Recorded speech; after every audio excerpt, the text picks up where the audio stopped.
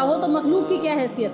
اللہ نے اپنے حبیب سے محبت کی ہے اور اپنا محبوب بنا لیا۔ نبی کریم صلی اللہ علیہ وسلم سے محبت کرنے کی پہلی اور سب سے بڑی وجہ ہے کہ آپ اللہ رب العزت کے بھی محبوب ہیں۔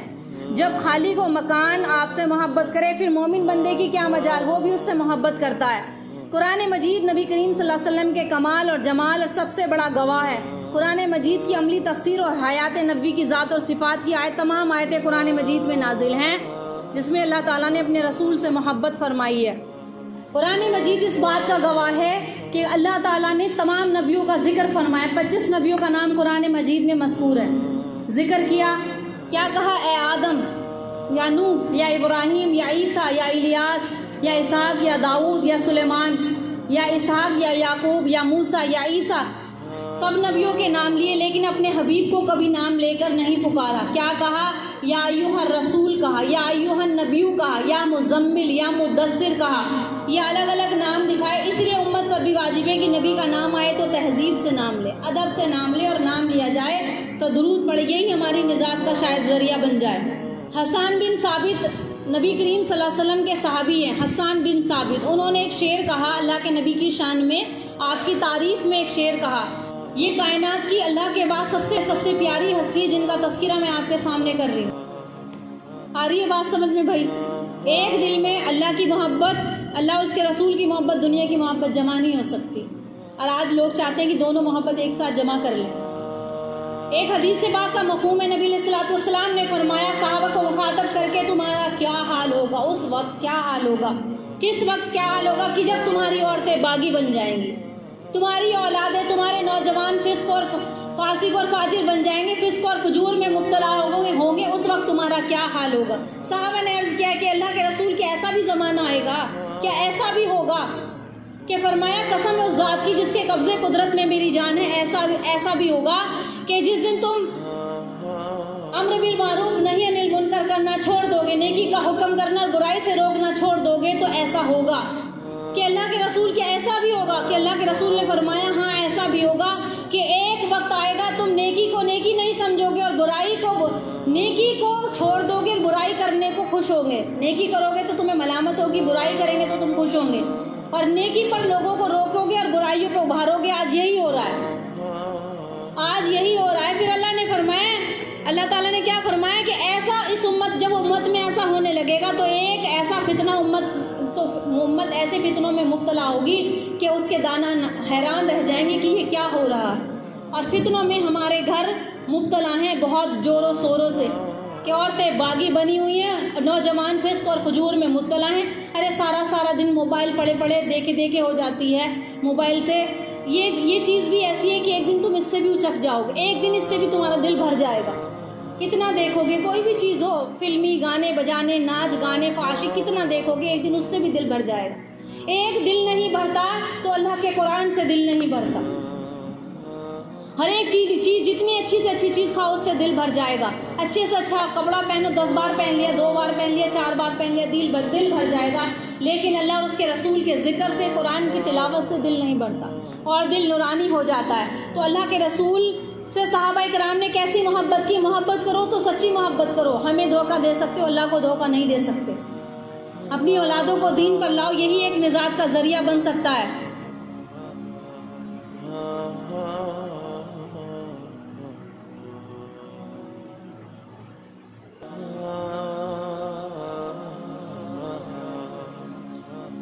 قرآن کا فرمان کیا ہے؟ اولئک الذین امطى اللہ قلوبهم للتقوی لهم مغفرۃ واجر عظیم، کہ وہ ہیں کہ جن کا دل اللہ نے پرہیزگاری کے لیے رکھ لیا ہے۔ یہ صحابہ کرام کا تذکرہ ہے کہ جن کے دلوں کو اللہ تعالیٰ نے پرہیزگاری کے لیے رکھ لیا ہے، اور ان کے لیے بخشش اور بڑا ثواب ہے۔ صحابہ کرام رضی اللہ تعالیٰ عنہم اجمعین ملت اسلامیہ کے وہ مقدس ہستیاں ہیں، اسلام کی وہ مقدس ہستیاں ہیں کہ جنہوں نے حضور پاک صلی اللہ علیہ وسلم سے تعلیم و تربیت حاصل کی۔ تعلیم کس سے حاصل کی؟ اللہ کے نبی صلی اللہ علیہ وسلم سے تعلیم حاصل کی، تربیت حاصل کی۔ اسلام کی اشاعت میں بے پناہ تکلیفیں اٹھائیں، اسلام کو بڑھانے میں، اسلام کو پھیلانے میں بہت مشکلیں پریشانیاں اٹھائی، بہت دقتیں اٹھائی، راہ حق میں بے انتہا مصیبتیں برداشت کی۔ صحابہ کرام رضی اللہ تعالیٰ عنہ اجمعین سچے مسلمان اور جنتی ہیں۔ سب کی تعظیم اور محبت تمام مسلمانوں کے لیے ضروری ہے۔ مہاجر بھی، انصار بھی ہیں، غازی بھی ہیں، شہید بھی ہیں. یہ لوگ وہ ہیں جن کے بارے میں خالق کائنات ارشاد فرماتا ہے اللہ تعالیٰ نے تقوی میں امتحان لے لیا.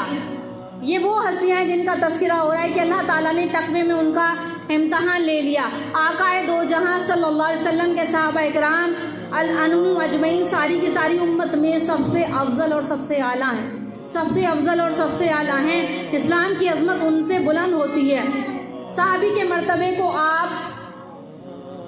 مرتبے کو کوئی نہیں پہنچ پاتا، کوئی نہیں پہنچ سکتا.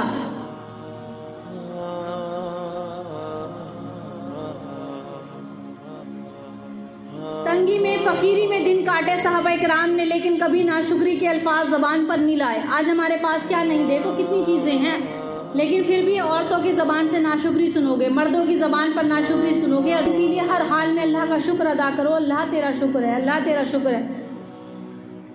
قرآن مجید میں اللہ کے رسول کی شان میں کیا آیت بیان فرمائی گئی ہے، توجہ دیں، بات کو دھیان سے سنیں. قل ان کان آباؤکم و ابناؤکم، قل ان کان آباؤکم و ابناؤکم و اخوانکم و ازواجکم و عشیرتکم والون اقترفتم. اللہ فرماتا ہے کہ اگر تمہارے باپ، تمہارے بیٹے، تمہارے بھائی، تمہاری عورتیں، تمہارا کنبہ، تمہاری کمائی کے مال اور وہ سودا جس کے نقصان کا تمہیں ڈر ہے، تمہاری پسند کا مکان، یہ سب چیزیں اللہ اور اس کے رسول کی راہ میں لڑنے سے زیادہ پیاری ہیں، تو راستہ دیکھو اور یہاں تک کہ اللہ اپنا حکم لے آئے. اور اللہ فاسقوں کو راہ نہیں دیتا. یہاں تک کہ یہ چیزیں اگر تمہیں اللہ اور اس کے رسول سے زیادہ محبت رکھتی ہیں یہ چیزیں، تو تم اپنی راہ دیکھو، کوئی اور کام کرو، جاؤ کوئی اور راہ دیکھو. کہ اللہ تعالیٰ فاسقوں کو راہ نہیں دکھاتا. اچھا، راہ کس کو دکھائی جاتی ہے؟ اللہ خود کیا فرما رہا ہے کہ واللہ لا یہدی القوم الفاسقین. جو فاسق قوم ہوتی ہے، بدکار قوم ہوتی ہے، گمراہ قوم ہوتی ہے، فاسق فاجر کو ہدایت نہیں ملا کرتی. اللہ نیکوکار کو ہدایت دیتا ہے. جو نیکی کی طرف آنا چاہتے ہیں، اگر گناہ ہو گیا تو توبہ کر لو، پھر نیکی کی طرف آ جاؤ، تو اللہ تعالیٰ ان لوگوں کو، ان قوموں کو ہدایت دیتا ہے.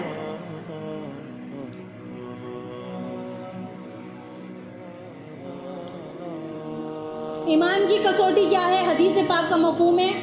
حدیث ہے کہ لا یؤمن احدکم حتی اکون احب الیہ من والدہ والناس اجمعین. کیا فرمایا کہ تم ایمان والے ہو ہی نہیں سکتے، چاہے کتنی نمازیں پڑھو، کتنے روزے رکھو، کتنے حج عمرے کر کے آؤ، لیکن ایمان والے تم ہو ہی نہیں سکتے. ہم ایمان والے کب کہلائے جائیں گے؟ یہ توجہ سے سننے کی بات ہے.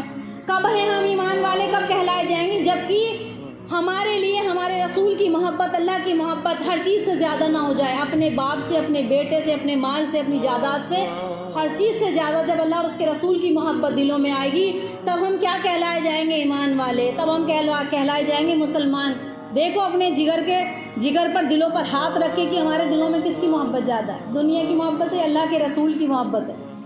تو فرمایا لا یؤمنون، وہ ہے ہی نہیں ہے ایمان والا. کیا فرمایا کہ محمد کی محبت دین حق کے شرط اول ہے. اس میں اگر ہو خامی تو ایمان نامکمل ہے.